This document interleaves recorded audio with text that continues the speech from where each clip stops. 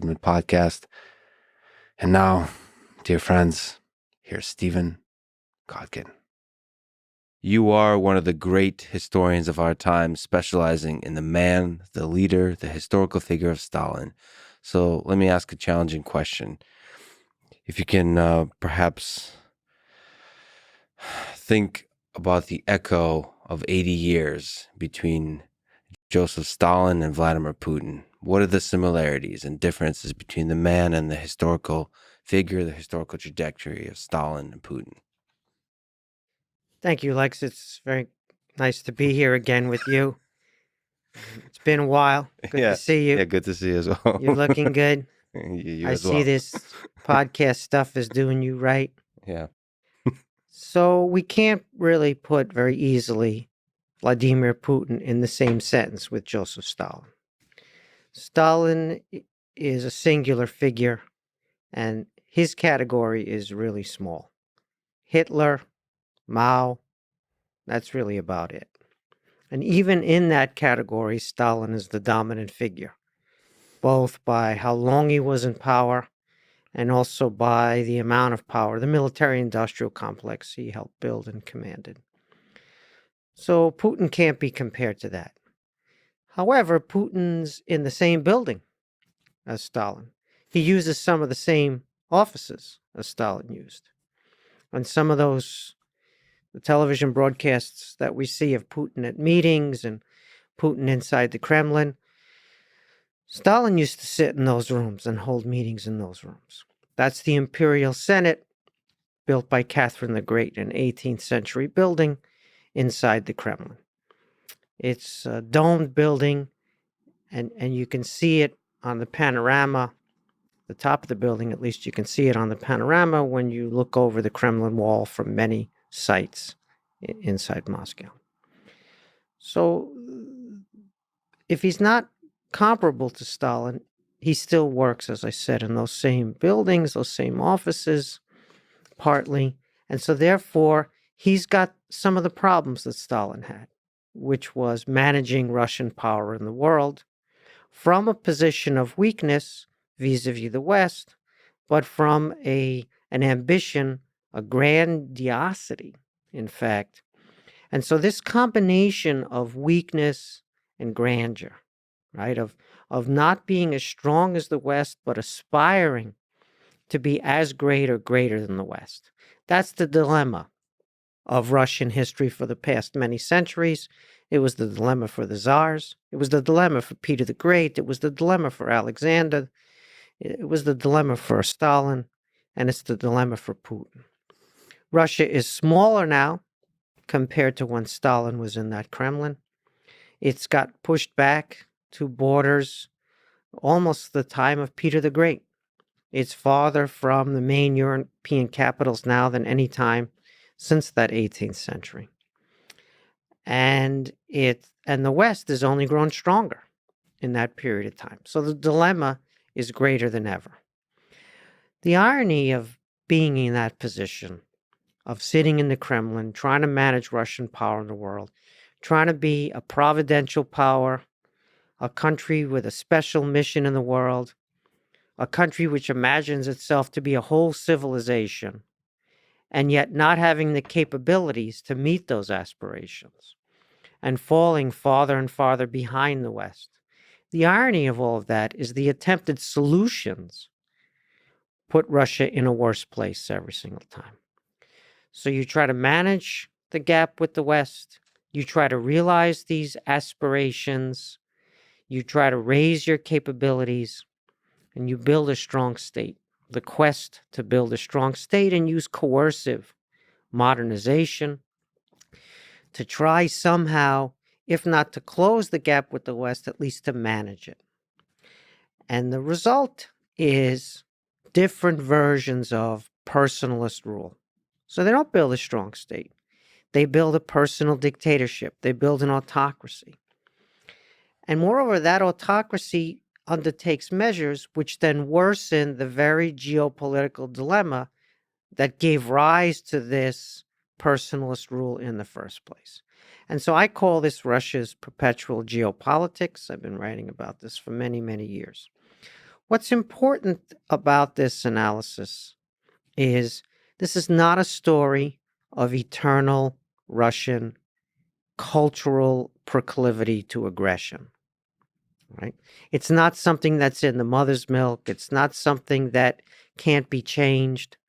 Russia doesn't have an innate cultural tendency to aggression. This is a choice. It's a strategic choice to try to match the power of the West, which, from Russia's vantage point, is actually unmatchable. But it's a choice that's made again and again, and Putin has made this choice just as Stalin made the choice, right?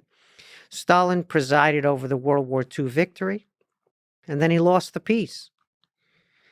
After he died in 1953, there was, of course, other rulers who succeeded him. He was still the most important person in the country after he died because they were trying to manage that system that he built and, more importantly, manage that growing gap with the West. By the time the 90s rolled around, former Soviet troops, now Russian troops, withdrew from all those advanced positions that they had achieved as a result of the World War II victory, and it was Napoleon in reverse. They went on the same roads, but not from Moscow back to Paris, but instead from Warsaw and from East Berlin and from Tallinn and Riga and all the other places of former Warsaw Pact and former Soviet republics in the Baltic region. They went back to Russia in retreat. And so Stalin, in the fullness of time, lost the peace. And Putin, in his own way, inheriting some of this, attempting to reverse it when, as I said, Russia was smaller, farther away, weaker, the West was bigger and stronger and had absorbed those former Warsaw Pact countries and Baltic states because they voluntarily begged to join the West. The West didn't impose itself on them. It's a voluntary sphere of influence that the West conducts. And so that dilemma is where you can put Putin and Stalin in the same sentence, and the terrible outcome for Russia in the fullness of time also has echoes. But of course, Putin hasn't murdered 18 to 20 million people, and the scale of his abilities to cause grief with the nuclear weapons aside is nothing like Stalin's. And so we have to be careful, right? Only Mao put bigger numbers on the board from a tragic point of view than Stalin. And numbers matter here. If we compare these singular figures. Yeah, Mao killed more people than Stalin because Mao had more people to kill. The most amazing thing about Mao is he watched Stalin do it. He watched Stalin collectivize agriculture and famine result. He watched Stalin impose this communist monopoly and all of those people sent to prison or given a bullet in the back of the neck. He watched all of that, and then he did it again himself in China. Do you think he saw the human cost directly? That when you say he saw, do you think he was focused on the policies, or was he also aware distinctly as a human being of the human costs in the lives of peasants, in the lives of the working class, and the lives of the poor? I think the prima facie evidence is that he didn't value human life. Otherwise, I don't think after seeing the amount of lives that were taken in the Soviet experiment, he would have done something similar after that. I think the answer, Lex, is it's very hard to get inside Mao's head and figure out what he was really thinking. But if you just look at the results that happened, the policies that were undertaken and the consequences of them, you would have to conclude that there was, let's say, no value or little value placed on human life. Unfortunately, that's characteristic not only of communist dictators, right, of post-communist dictators as well, but the scale of the horrors that they inflict, as horrific as they are, just can't compare. And so we're in a situation where Eurasia, that is to say, the ancient civilizations of Eurasia, which would be Russia, Iran, China, all have some version of non-democratic, illiberal autocratic regimes, and they're all pushing up against the greater power of the West in some form. Sometimes they coordinate their actions and sometimes they don't. But this is a very long-standing phenomenon, Lex, that predates Vladimir Putin or Xi Jinping or the latest incarnation of the supreme leader in Iran.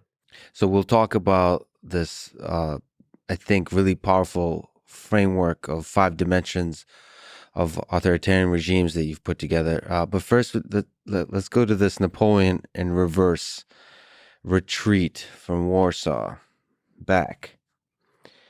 Putin has called, from the perspective of Putin, this retreat, this collapse of Stalin is one of the great tragedies of that region of Russia.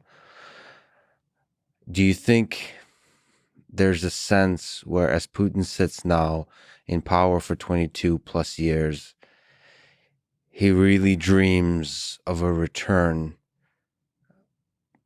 to the power, the influence, the land of Stalin? So while you said that they're not in the same place in terms of the numbers of people that suffer due to the regime, do you think he hopes to have the same power, the same influence for a nation that was in the 30s and the 40s and the 50s of the 20th century under Stalin? If he does, Lex, he's deluding himself. We don't know for sure. Very few people talk to him. Very few people have access to him. A handful of Western leaders have met with him for short periods of time. Those inside Russia barely meet with him. His own minions in the regime barely have FaceTime with him. We don't know exactly what he thinks. It could be that he has delusions of reconquering Russian influence, if not direct control over the territories that broke away. But it's not going to happen. Let's talk a little bit about this guy, Nikolai Patrushev. Nikolai Patrushev is probably not well known to your listeners. He's the head of Russia's Security Council. And so you could probably call him the second most important or second most powerful man in Russia. Certainly inside the regime. Arguably, Navalny is the second most important person in the country, and we'll talk about that later, I'm sure. In terms of influence, yes. Yes, but Patrushev,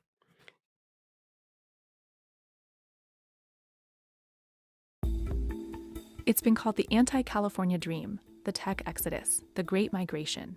Between 2008 and 2019, 18,000 companies have left California for more tax and regulatory friendly states. Dom, we're talking about Elon Musk moving from California to Texas. Oracle saying they are changing their corporate headquarters from Redwood Shores, California to Austin, Texas. And while it may be an overstatement to say California is hemorrhaging people, some of California's wealthiest residents, like Elon Musk, are leaving too.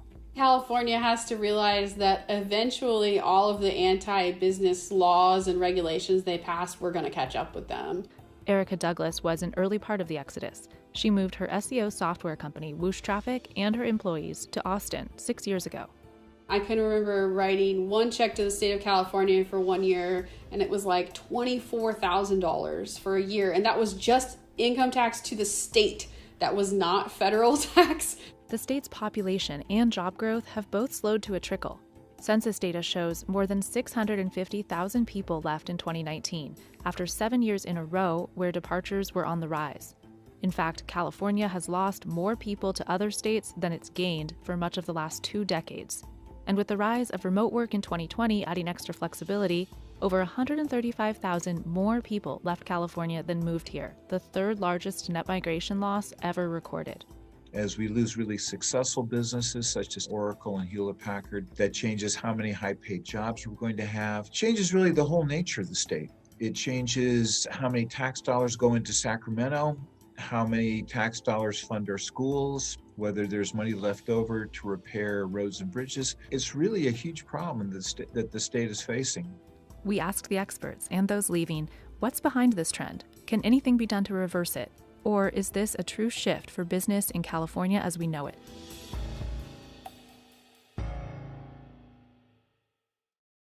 For a century and a half, California was in an almost constant state of growth, with booming business and expanding population. There's something magic in California. The culture just seamlessly and consistently moves towards what's next with new ideas.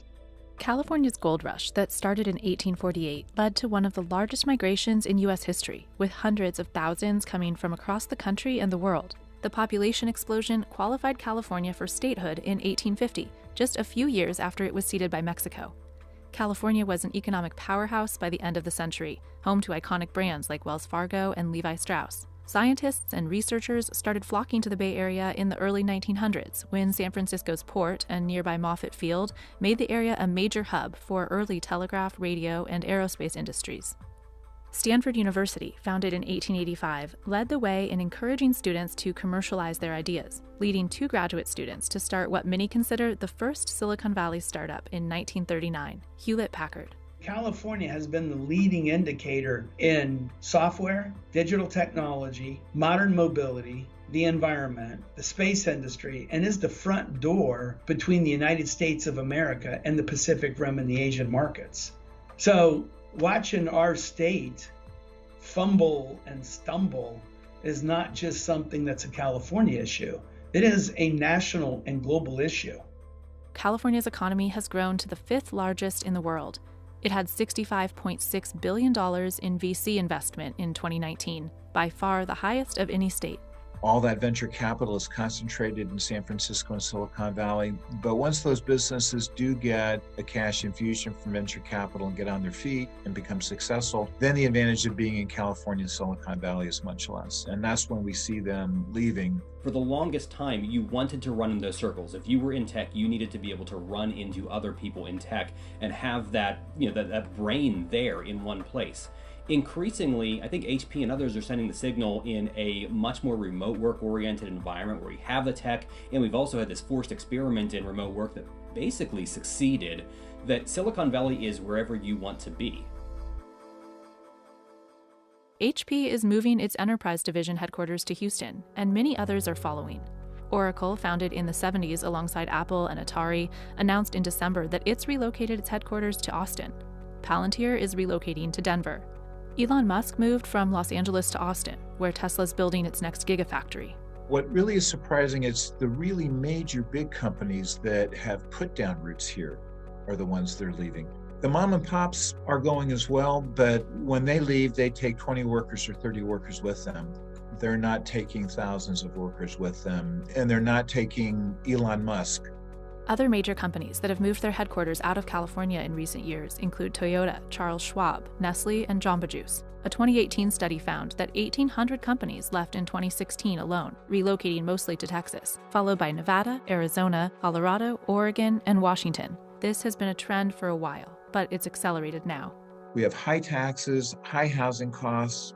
Cost of living in California is about 50% higher than the median state. Public services are not being delivered. So we've never really had all of that combination occurring as we've had in the past. And we've never had alternative places to move to. So for example, now in Texas, in Austin, Texas, there's a big tech hub there. Now that the pandemic has largely made commute times irrelevant, moving is easier and makes more financial sense. Even if you would look and say, I wouldn't found a company in California now, there are huge costs in actually relocating your company. But those costs are less when a lot of your employees aren't in the office anyways. It's been more than a decade since Irene and Peter Diekmann have eaten in a restaurant. While $7 may not sound like much for a burger, the retired couple say it's a luxury they can't afford. Our pension is about $1,200. But with $840 just for the rent, not even including food, sanitary items or medication, it's not enough. That's why we also get the so-called basic pension on top of it. It took them 3 years to finally apply for the additional state benefit and also to go to a food bank. But Irene says they prefer going to supermarkets, even if it means counting every penny. But inflation has spiked by more than 10% over the past year, which means their choices are increasingly limited there too. An was sollen wir sparen? What's left to cut down? We don't even eat much. We have breakfast and one meal a day. I cook myself because anything else would be unaffordable. The couple say it's not the life they had imagined for themselves after working for decades. It is frustrating. I have worked 45 years without a break, the majority of it on night shifts, partly 52 hours a week. I thought my pension would be enough, but unfortunately that was not the case. Instead, the Diekmans have had to borrow money from relatives and sell all their gold. They're not the only ones struggling to make ends meet in one of Europe's richest countries. More and more elderly Germans are no longer able to live on their pensions. Today, 1 in 6 over the age of 65 is at risk of poverty. And with inflation soaring, the number of those relying on additional benefits is growing too. In June, the number of recipients of basic security benefits rose nearly 10% annually to 630,000. Europe's current economic and energy crises are only adding to the problem. The situation is dramatic. We have elderly people who sleep on the floor because they can't afford a new bed. And now additional energy payments are coming, and groceries are increasing so rapidly that we're receiving more and more calls that by the 20th of the month, people have no food left to eat. Sandra Bisping and her association support retirees with basic necessities such as food baskets, money for repairs and energy bills. Claims for aid at her association have tripled since the war in Ukraine started. Although the government has promised pensioners a one-off $300 energy allowance, it's a drop in the bucket for people like the Diekmans. They say they were billed a $1,000 back payment for the last period alone.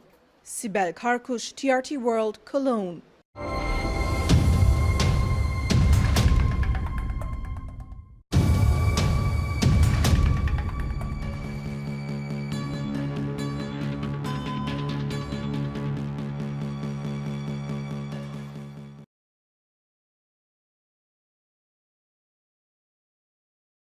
It's a choice. It's a choice between two very different visions of America. 4年ごとの大統領選挙の間に行われ、バイデン政権の1年10ヶ月に対する国民の審判といえる中間選挙。中でも最大の焦点となっているのが議会での勢力争いです。歴史的な物価高という逆風の中、民主党は上下両院で過半数を失う恐れがあるのです。まず上院、定数100人のうち民主と共和が今は50議席ずつ。採決で同数の場合、上院議長を務めるハリス副大統領が1票を投じるため、かろうじて民主党が今は事実上の多数派ですが、今後どうなるのか。And there's nothing beyond our capacity if we do it together. So vote. Get out the vote. 情勢調査では若い人の票が伸びれば民主党に有利に働くとの分析も出ていて、最後の演説会場に大学のキャンパスを選んだバイデン大統領は上院選について勝つと思うと自信を見せています。一方、中西部オハイオ州での共和党の集会では、And if you want to stop the destruction of our country and save the American dream, then tomorrow you must vote Republican in a giant red wave that we've all been hearing about. 最新調査によると、全議席が改選される下院では共和党が過半数を奪い返す公算が大きくなっています。2024年にはホワイトハウスを取り戻すと意気込むトランプ氏は、さらにI'm going to be making a very big announcement on Tuesday, November 15th at Mar-a-Lago in Palm Beach, Florida. 中間選挙の結果が判明した後、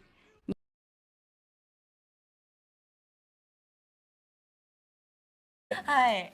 まあ我々が生きている間には見られるといいですよね。そうですね。月から、はい、気軽に行けるようになるといいですけれども。まあどんな風に見えるのか、こちらも質問いただいていたということで、はい。他にも見ていきますか。満月以外の時に月食が起こる可能性はありますか、という質問ですね。はい。はい。これは、可能性はないですね。太陽と地球とお月様が一直線に並んでいる時に、月食になりますので、皆既月食になりますので、この地球から見るとお月様と太陽はまるっきり反対側にいるということになるんですね。でこの状態は必ず満月ということになりますので、満月の時でないと月食にはなりません。はい。満月の時じゃないと見られないけど、満月の時毎回なるわけではないんですよね。そうですね。地球の周りをお月様が回っているわけですけど、その回っているその軌道の面がちょっと傾いてるんですね。なのでドンピシャ一直線になると、月食になるわけですけども、ちょっと月の軌道が傾いて、上に行っていたり下に行っていたりするわけですね。でそうすると月食にならずに満月に見えるということになります。なるほど。面白い。まあでも毎回なってたらきっとこんなに注目しないんでしょうね。そうだと思いますね。またか。今月はみたいな感じ。今月の。いやすごいですね。色がどんどん変わってきました。はい。じゃあまた見ていきましょうか。北から名寄市立天文台北スバル見ていきます。結構赤くないですか？赤いですね。まあ設定とかいろいろあるかもしれないですけれども、ちゃんと今回のこの赤さっていうのが伝わってきますね。はい。さあ福島も見ていきましょうか。しっかり赤くなっております。とても美しい。そして千葉見ます。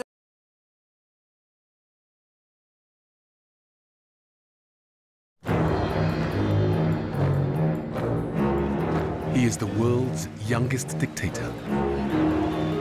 Kim Jong-un has almost total control over what the world sees of North Korea and of what North Koreans see of the world.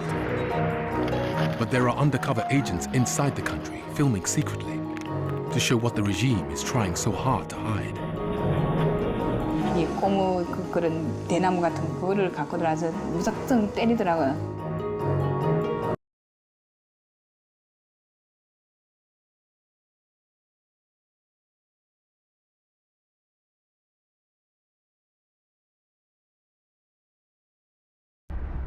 중간選挙で接戦が伝えられる南部ノースカロライナ。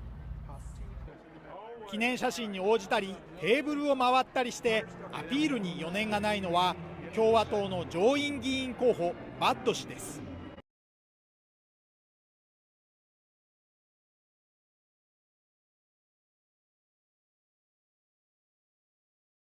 So they take us to some random hallway of some random house. And here, behind that utterly random door, with no signs or anything, is a shop that exists only for locals.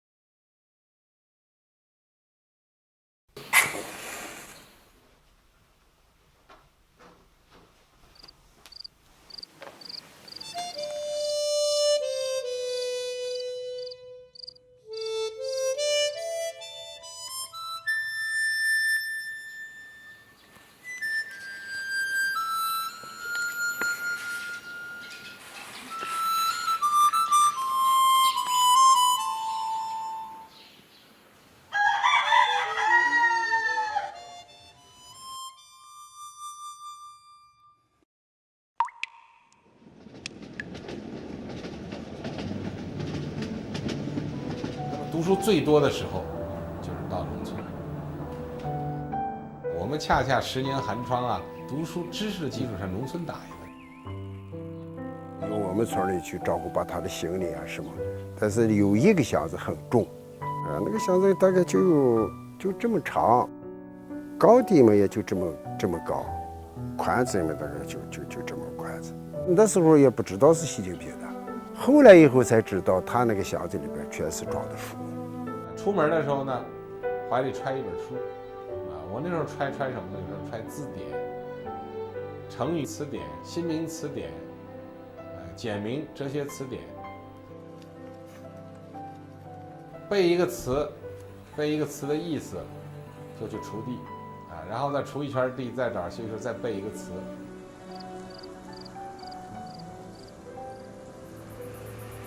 特别是这边的房东跟我说啊，他每天早上起来啊，这边的这两边块都是黑的，眼眶是黑的，没有点眼睛跟他的别光什么的小黑了。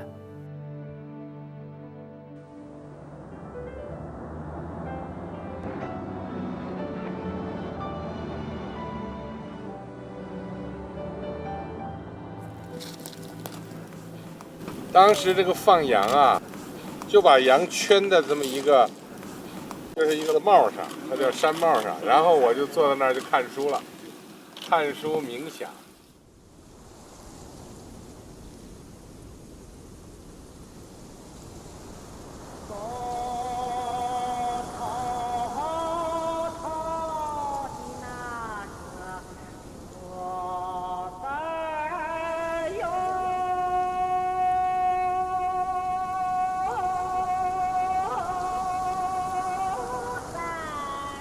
你现在啊，你们在我们村里问到60岁以上的这些年龄老点的人，说习近平他对世界最爱好是什么？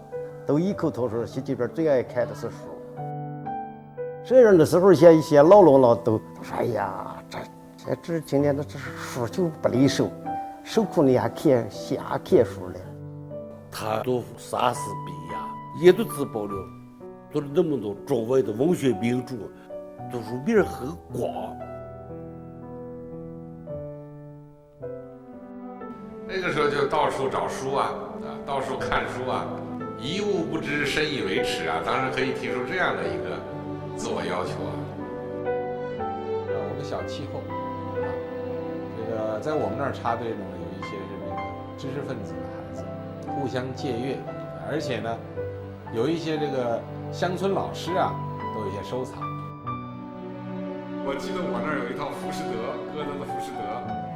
韦编3绝是吧？就是不想还，那个人讨书讨了3次，我请了他吃了3顿炒鸡蛋啊，他又给打发走了，再继续看。涉猎各种史书，最后来24史也基本上都是涉猎了一下，包括军事学的书，就是跟我一起共事多年的那一位知青，他把他们家的这些克劳塞维兹的战争论呐什么的带去，所以读得非常广。后来的话，各种政治书哲学书一直是在看。史学我特别喜欢。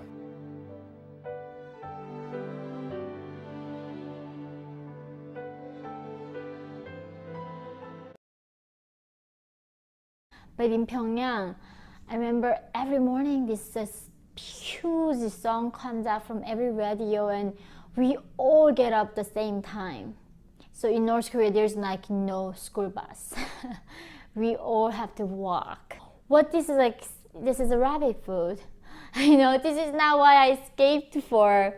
And why are you eating rabbit food for like $10? It's so expensive.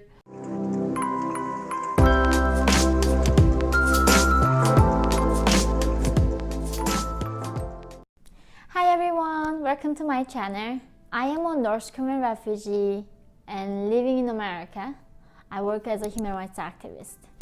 Today in this video, I am going to talk about something you have been long requesting. So many of you have asked me, how does a daily life look like in North Korea? So finally, I am doing the video and describing and helping you to understand the daily life of a North Korean. But before I dig into that, I really want you to understand my daily life was vastly different from Kim Jong-un's daily life. Therefore, my just one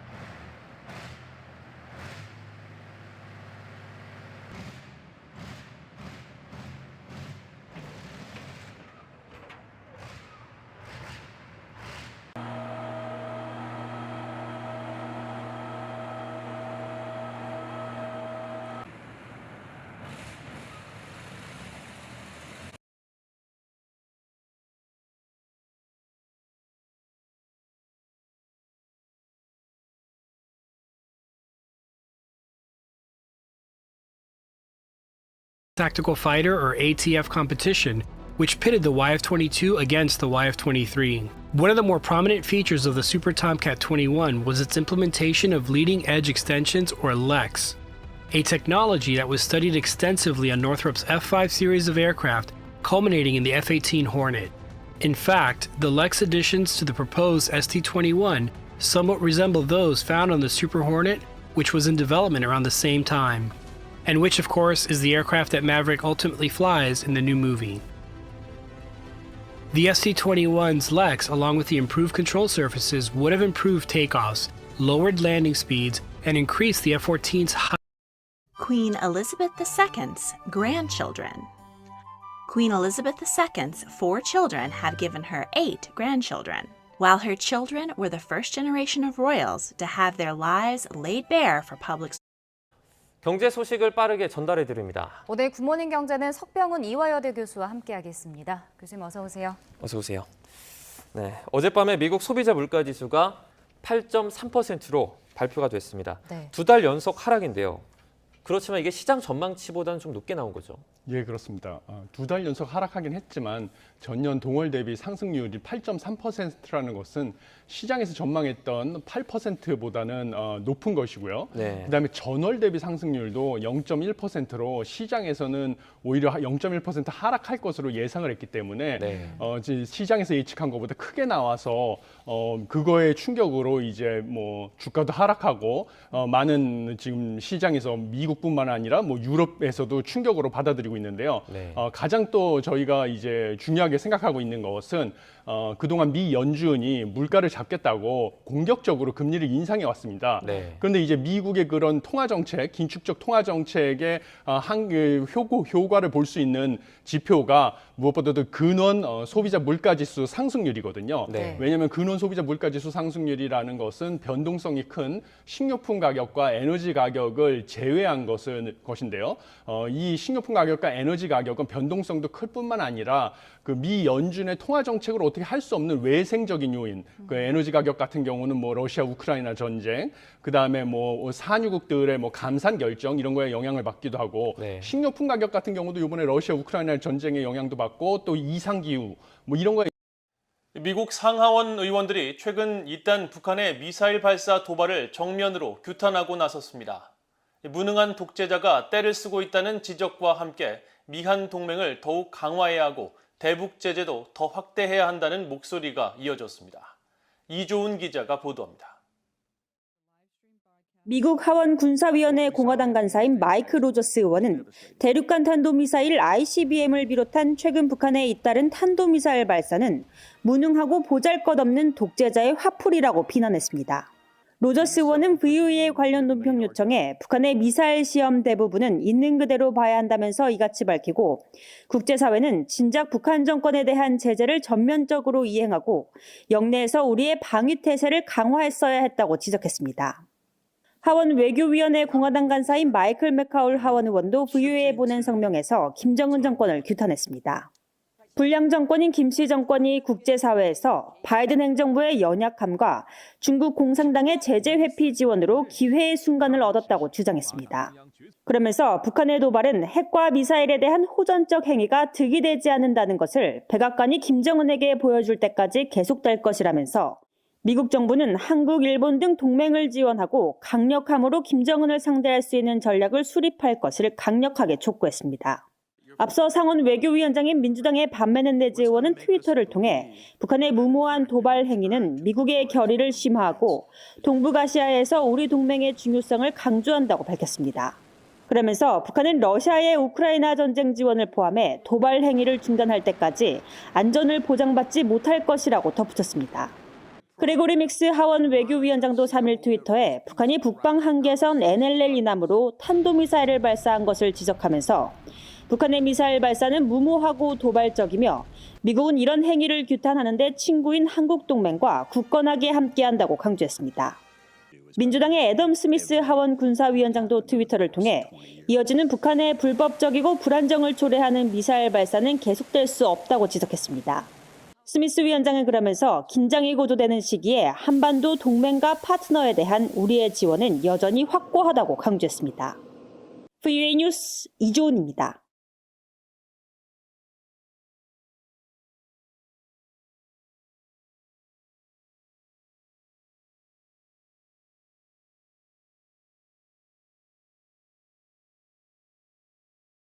유엔 안전보장이사회가 최근 잇단 북한의 탄도미사일 발사에 대응한 공개회의를 개최했습니다. 회의 소집을 요구한 미국은 북한을 강력히 규탄하면서 북한 문제에 대한 안보리의 단합을 거듭 촉구했습니다. 중국과 러시아는 이번에도 북한이 아닌 미국을 비난했습니다. 함지하 기자가 취재했습니다. 유엔 안보리가 미국 등의 요구를 받아들여 북한 문제에 대한 공개 회의를 열었습니다. 린다 토머스 그린필드 유엔 주재 미국 대사는 북한의 최근 잇단 탄도미사일 발사는 책임 있는 국가의 행동이 아니라면서 북한은 노골적으로 안보리 결의를 위반하고 있다고 규탄했습니다. So let me be clear. These actions are not actions of a responsible state.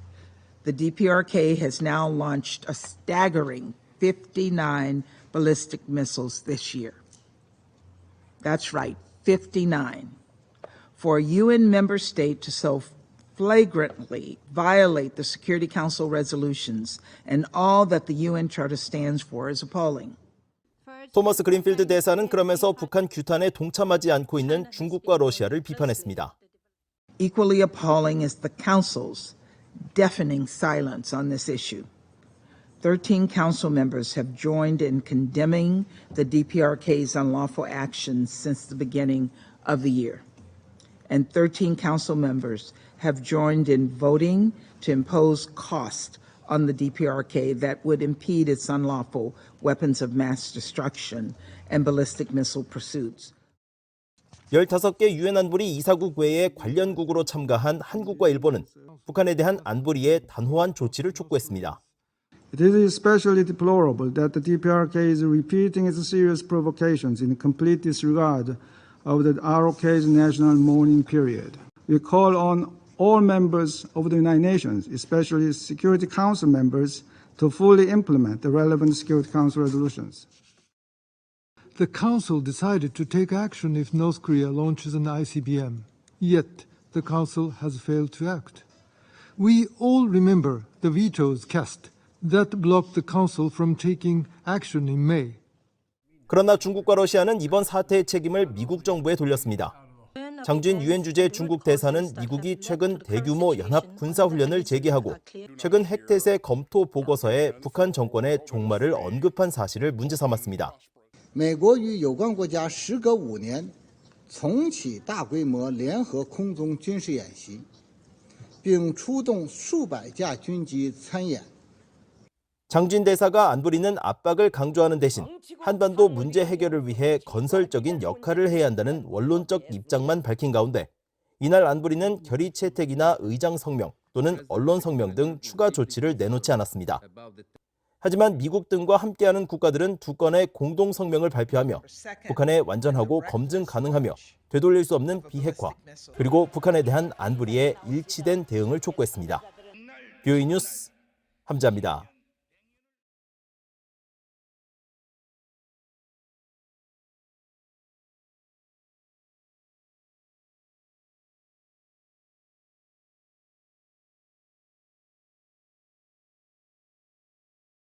북한이 사상 처음으로 북방 한계선 NLL 이남으로 탄도미사일을 발사를 했습니다. 한 발은 속초 동쪽 57km 지점에 떨어졌고 한 발은 울릉도를 향해 날아가다가 167km를 앞두고 공해상에 떨어졌습니다. 우리 군은 울릉군에 공습경보를 발령을 했는데 공습경보 발령도 6년 9개월 만입니다. 국방부에 나가 있는 취재기자 연결해서 자세히 소식 들어보도록 하겠습니다. 자, 윤동빈 기자, 북한 미사일 발사 먼저 좀 설명을 해주시죠. 예, 합동참모본부는 북한이 오늘 오전 8시 55분쯤 동해상으로 단거리 탄도미사일 3발을 발사했다고 밝혔습니다. 발사 지점은 북한 강원도 원산이었고 3발의 미사일은 각각 NLL 이남 26km, 속초 동방 57km, 울릉도 서북방 167km 지점에 떨어졌습니다. 미사일이 떨어진 곳은 모두 공해상이었는데요. 북한이 NLL 남쪽, 그러니까 우리 영해에 바로 근접해서 미사일을 쏜 건 분단 이후 사상 처음 있는 일입니다. 북한은 이외에도 다종의 미사일을 동서해로 10발 이상 발사한 것으로 파악됐습니다. 비행 거리와 고도 등 정확한 재원은 군 당국이 파악 중입니다. 특히 3발의 탄도미사일 중 한 발은 울릉도를 겨냥해 날아가고 있다가 사거리를 일부러 짧게 해 167km를 앞두고 공해상에 떨어지게 한 것으로 파악됐습니다. 이 때문에 군 당국은 행정안전부에 요청해 울릉군 공습경보를 발령했습니다. 공습경보는 지난 2016년 2월 7일 북한이 장거리 미사일을 발사하면서 백령 대청 지역에 발령된 이후 6년 만입니다. 자, 윤 기자, 북한이 미사일 발사 전에 성명도 냈는데 한미 공중연합훈련에 대한 이 반발 때문인 것 같아요. 그런데 한미 연합훈련 기간에 북한이 이런 그야말로 고강도 도발하는 게 매우 이례적 아닙니까? 예, 그렇습니다. 북한의 이번 미사일 도발은 한미 군 당국이 지난달 31일부터 닷새 일정으로 진행하는 연합 공중훈련, 비질런트 스톰 때문인 것으로 보입니다. 한미 군 당국은 F-35A, F-35B, 스텔스 전투기와 EA-18 그라울러 전자전기 등 최신의 전투기와 정찰기 240여 대를 동원해 대규모 훈련을 진행하고 있습니다. 이에 대해 박정천 북한 노동당 중앙군사위 부위원장은 오늘 미사일 발사 직전 한미가 북한을 겨냥해 무력을 사용할 경우 끔찍한 대가를 치르게 될 것이라고 위협했습니다. 특히 이번 한미연합훈련 비질런트 스톰 명칭에 대해서도 민감하게 반응했는데요. 박 부위원장은 1990년대 초 이라크를 침략할 때 사용한 데저트 스톰, 즉 사막 폭풍 작전명에서 본딴 것으로 볼 때 침략 훈련이라고 주장했습니다. 북한 외무성도 전날 대변인 담화에서 이 비질런트 스톰 훈련을 언급하며 보다 강화된 다음 단계 조치들을 고려하겠다고 위협했습니다. 앵커께서 말씀하셨듯이 최근 들어 특이한 점은 북한이 과거처럼 한미연합훈련이나 미 전략자산 전개에 대해 아랑곳하지 않는다는 것입니다. 현재 훈련에 동원된 F-35 계열 스텔스 전투기들은 북한 방공망에 적발되지 않고 언제든지 평양 주석궁 위에서 전술핵 탄두를 투하할 수 있는 전략무기입니다. 또 이틀 전엔 우리 미 해군 7함대 소속 LA급 원자력 잠수함 키 웨스트함이 부산항에 입항해 있는 상태입니다. 전문가들은 북한이 한미동맹의 훈련 기간이나 전략자산 전개를 전혀 신경 쓰지 않고 도발을 감행하는 건 그만큼 핵무력에 대한 자신감을 표출하는 것이라고 분석하고 있습니다. 북한은 지난 9월 미 항공모함 한반도 전개 기간에도 탄도미사일을 발사한 적이 있습니다. 자, 그렇다면 윤동빈 기자, 우리 군 당국의 대응 이런 건 어떻게 됩니까? 네, 우리 군 당국은 아직 대응 수단에 대해 밝히지는 않았습니다. 통상 우리 군이 전략무기를 전개하거나 탄도미사일 대응 사격을 할 때에는 먼저 진행하고 나서 상황이 종료된 뒤에 취재진에 전파합니다. 이례적인 탄도미사일 도발이었던 만큼 우리 군도 현무 계열의 탄도미사일 발사로 대응할 것이란 관측이 나오고 있습니다. 합참은 이번 북한 미사일 발사에 대해 매우 이례적이고 결코 용납할 수 없다며 우리 군이 단호하게 대응할 것이라는 입장을 발표했습니다. 지금까지 국방부에서 TV조선 윤동빈입니다.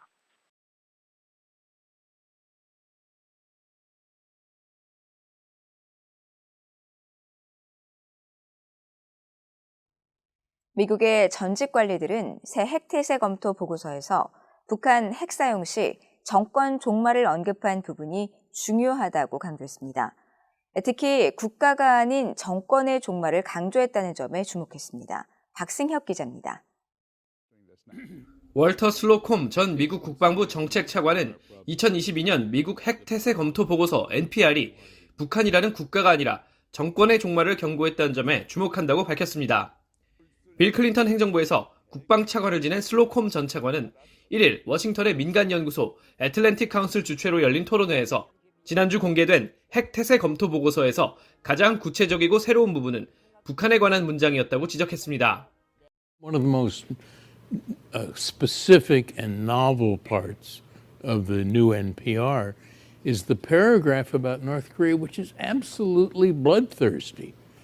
You know, that we will destroy you as a regime, not as a country, if you use nuclear weapons. I think that's probably a good message to send to the North Koreans.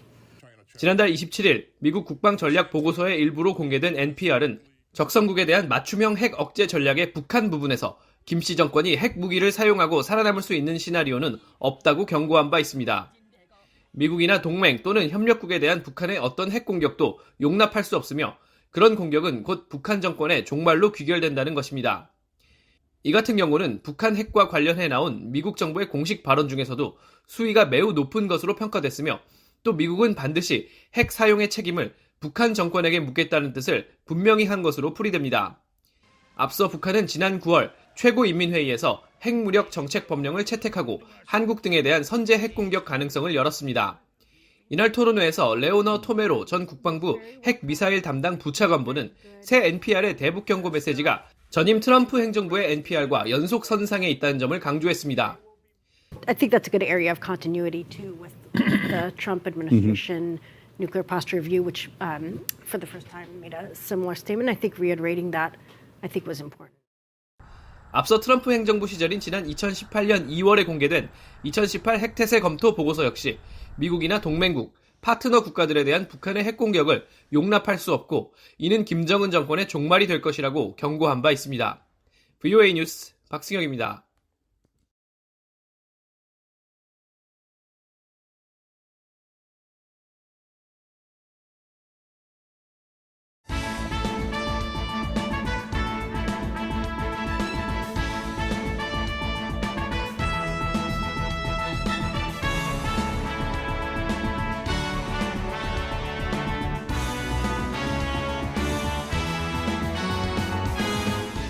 네, 시청자 여러분 안녕하십니까? VOA 모닝뉴스 시작합니다. 북한이 남북한 분단 이후 처음으로 동해상 북방 한계선 NLL 이남 한국 영해 근처로 탄도미사일을 발사했습니다. 한국군은 이에 대응해 공군기를 출동시켜 NLL 이북 공해상에 미사일 사격을 실시했는데 미국 정부는 북한의 발사에 대해 무모한 행동을 강력히 규탄한다고 밝혔습니다. 첫 소식 조상진 기자가 보도합니다. 미국 국무부는 북방 해상 경계선 NLL 이남으로 탄도미사일을 발사한 북한을 강력히 규탄했습니다. 국무부 대변인실 관계자는 2일 BOA에 미국은 북한의 탄도미사일 발사와 함께 한국의 실질적인 해상 경계선 아래로 미사일을 발사한 무모한 결정을 규탄한다며 이번 발사는 유엔 안보리가 만장일치로 채택한 여러 결의를 위반하고 영내 평화와 안정을 위협한다고 지적했습니다. 이어 우리는 북한과 진지하고 지속적인 대화를 모색하고 있지만 북한은 이를 거부하고 있다면서 한국과 일본에 대한 우리의 방위 공약은 굳건하며 불법 무기 프로그램을 진전시키고 영내 안정을 위협하는 북한의 능력을 제한하기 위해 동맹 파트너 국가들과 계속 긴밀히 협력할 것이라고 강조했습니다. 앞서 한국합동참모본부는 북한이 2일 오전 8시 51분쯤 강원도 원산 일대에서 동해상으로 단거리 탄도미사일 SRBM 3발을 발사했다고 밝혔습니다. 이 중 한 발은 동해 북방 한계선 NLL 이남 공해상, 즉 NLL 이남 26km, 한국 속초 동방 57km, 울릉도 서북방 167km 지점에 낙하했습니다. 공해상이기는 하지만 영해가 기준선에서 12해리, 약 22km까지임을 고려하면 영해에 매우 근접한 지역에 떨어진 것입니다. 북한은 그동안 해안포와 방사포를 NLL 이남에 쏜 적은 있지만 탄도미사일을 발사한 것은 전례가 없는 일입니다. 한국 정부는 발사 즉시 미사일이 발사된 울릉도 지역에 공습 경보를 발령했다가 오후 2시쯤 경계 경보로 대체했습니다. 북한의 탄도미사일 발사 직후 한국군은 곧바로 북한 도발에 비례해 실제 대응 행동에 나섰습니다. 한국 합참은 공군 F-15K와 KF-16의 정밀 공대지 미사일 3발을 북한이 도발한 미사일 낙탄 지역과 상응한 거리 해상에 정밀 사격을 실시했다고 밝혔습니다. 윤석열 한국 대통령은 긴급 국가안전보장회의 NSC를 소집해 실질적 영토 침해 행위라고 지적하며 엄정한 대응을 강조했습니다. 김성한 국가안보실장도 브리핑을 통해 분단 후 처음으로 북한이 NLL을 침범해 자행한 미사일 도발이자 실질적 영토 침해 행위라는 점에서 엄중하게 사안을 바라보고 있다고 밝혔습니다. 정부는 북한이 유엔 안보리 결의 및 9.19 군사 합의를 위반하여 도발하고 있음을 강력히 규탄하며 특히 이번에는 우리의 국가 애도 기간 중에 사용했다는 점에서 매우 개탄스럽게 생각합니다. 토니 블링컨 국무장관과 박진 한국 외교부 장관은 긴급 전화회담을 갖고 북한이 한국 영해 인근으로 탄도미사일을 발사한 것은 유례없는 중대한 군사적 도발 행위라면서 강력히 규탄했습니다. 이어 북한은 다수의 유엔 안보리 결의와 9.19 남북 군사 합의를 위반해 탄도미사일을 발사하며 한반도와 영내 전체의 평화와 안정을 위협하는 주체임을 강조했습니다. 또 양국은 북한의 도발에 엄정히 대응해 나가고 굳건한 미한 연합 방위 태세를 유지하는 가운데 북한의 핵과 미사일 위협 대응을 위한 협력을 지속 강화해 나가기로 했다고 한국 외교부는 밝혔습니다. 한편 북한은 오전 6시 51분쯤부터 서해상으로 10여 발, 또 오후 4시 30분부터 동해상으로 6발 등 하루 동안 최소 25발의 탄도미사일을 발사했습니다. 또 오후 1시 27분쯤엔 강원도 고성군 일대에서 동해상 NLL 북방 해상 완충구역 내로 100여 발의 포사격을 벌였다고 한국 합참이 밝혔습니다. BOA 뉴스 조상진입니다. 미국과 한국, 일본의 북핵 수석 대표들은 2일 북한의 동해 북방 한계선 NLL 이남 탄도미사일 도발과 관련해 각각 전화회담을 갖고 대응 방안을 논의했습니다. 성김 미국 국무부 대북특별대표와 김건 한국 외교부 한반도 평화교섭본부장은 전화회담에서 북한이 또다시 유엔 안보리 결의와 9.19 군사 합의를 위반하는 도발을 감행한 것을 강력히 규탄했다고 한국 외교부는 전했습니다. 특히 양측은 북한이 동해 NLL을 침범해 한국 영해 인근에 탄착한 탄도미사일 발사 행위가 유례없는 군사적 도발 행위임을 지적하고 이는 결코 용납될 수 없다고 강조하면서 한국의 국가 애도 기간에 북한이 이런 도발을 감행한 것은 개탄스러운 일이라고 밝혔습니다. 성김 특별대표는 이날 후나코시 다케이로 일본 외무성 아시아대양주 국장과도 전화통화를 갖고 북한의 탄도미사일 발사가 한반도 긴장 고조에 심각한 우려를 가져온다는 사실을 지적하고 북한의 완전한 비핵화와 미한일 3자 안보 협력을 포함한 긴밀한 대응과 소통을 강화하자는 데 의견을 같이 했다고 일본 외무성이 밝혔습니다. 일본 정부는 북한의 탄도미사일 발사에 대해 용납할 수 없는 일이라고 강력히 규탄했습니다. 기시다 후미오 일본 총리는 2일 북한의 탄도미사일 발사 직후 기자들과 만나 북한이 전례 없는 속도로 미사일들을 발사해 오고 있으며 이것은 절대로 용납할 수 없는 일이라고 강조했습니다. 그러면서 북한의 탄도미사일 발사 이후 신속 정확한 정보 제공과 선박 항공기 안전 확인, 예측 불가능한 사태에 대한 대비를 지시했으며 베이징 주재 일본 대사관을 통해 북한의 항의의 뜻을 전했다고 밝혔습니다. 日本時間の今夜から投票が始まるアメリカの中間選挙です。その投票を前にトランプ前大統領が再出馬を発表するという観測が広まり、選挙戦の混乱に拍車がかかっています。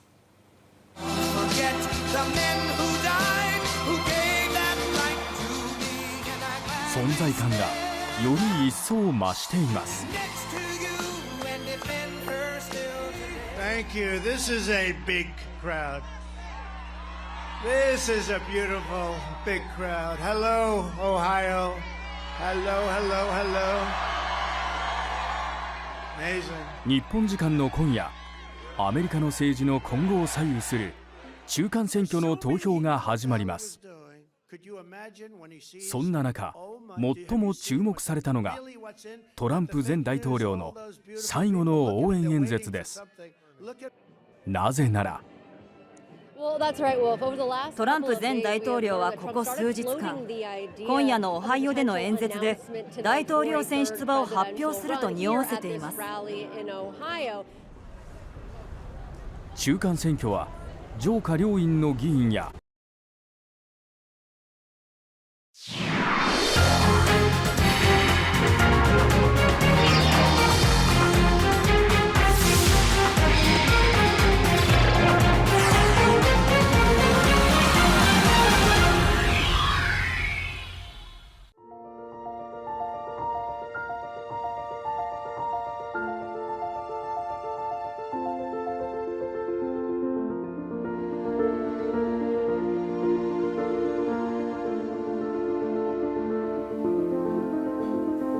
감독님 안녕하십니까? 안녕하십니까? 아이고, 반갑습니다. 반갑습니다. 많이 뵙고 싶었습니다. 야, 저도 감독님이고 정말 뵙고 싶습니다.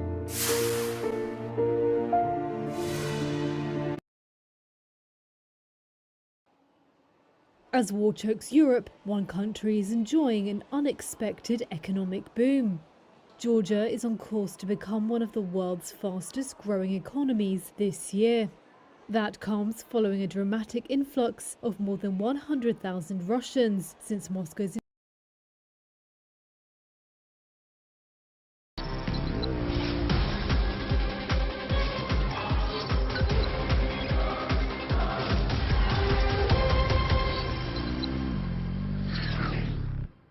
Welcome to a brand new episode of Battle Cry, the only show on Indian TV which gets you up close with Indian weapons, Indian war fighters, and how our country defends itself. We've got a very special episode lined up for you this week, viewer, because India's nuclear command is flexing in public like it never has before.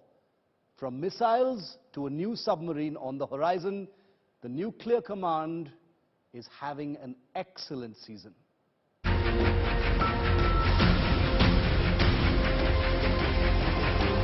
India's nuclear command breaks the surface.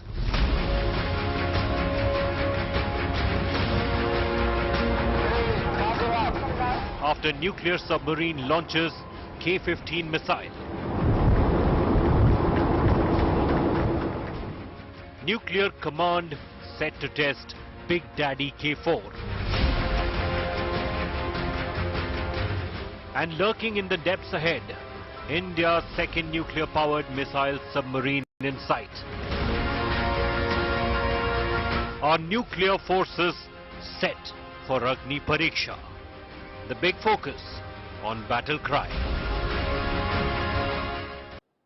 India's nuclear-powered ballistic missile submarine has always been shrouded in secrecy, and especially so its weapons. But in the week gone by, something very unusual happened. The Indian government, for the first time, in a total break from tradition, officially announced the testing of a ballistic missile from INS Arihant, India's sole ballistic missile submarine. What did that actually mean, and why has it basically announced the season of great steps in India's nuclear leg? Bubbling up from the depths, breaking the ocean's surface and blasting into the air. You're looking at archival images of the Indian K-15 missile. Tested afresh in October from India's nuclear command, from India's sole nuclear-powered ballistic missile submarine, INS Arihant. The missile, with a range of 750 kilometers and nicknamed Sagarika, is capable of short-range nuclear attacks.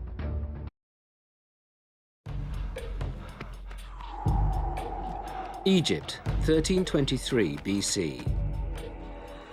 A messenger runs through the desert. He bears shocking news. The young pharaoh, Tutankhamun, is dead. This is the story of one of the most famous tombs in history, and a high-stakes race to succeed the pharaoh buried there. The ancient Egyptians took the burial of their kings very seriously. The pharaoh must be mummified. To vote Republican in a giant red wave that we've all been hearing about. 最新調査によると、全議席が改選される下院では、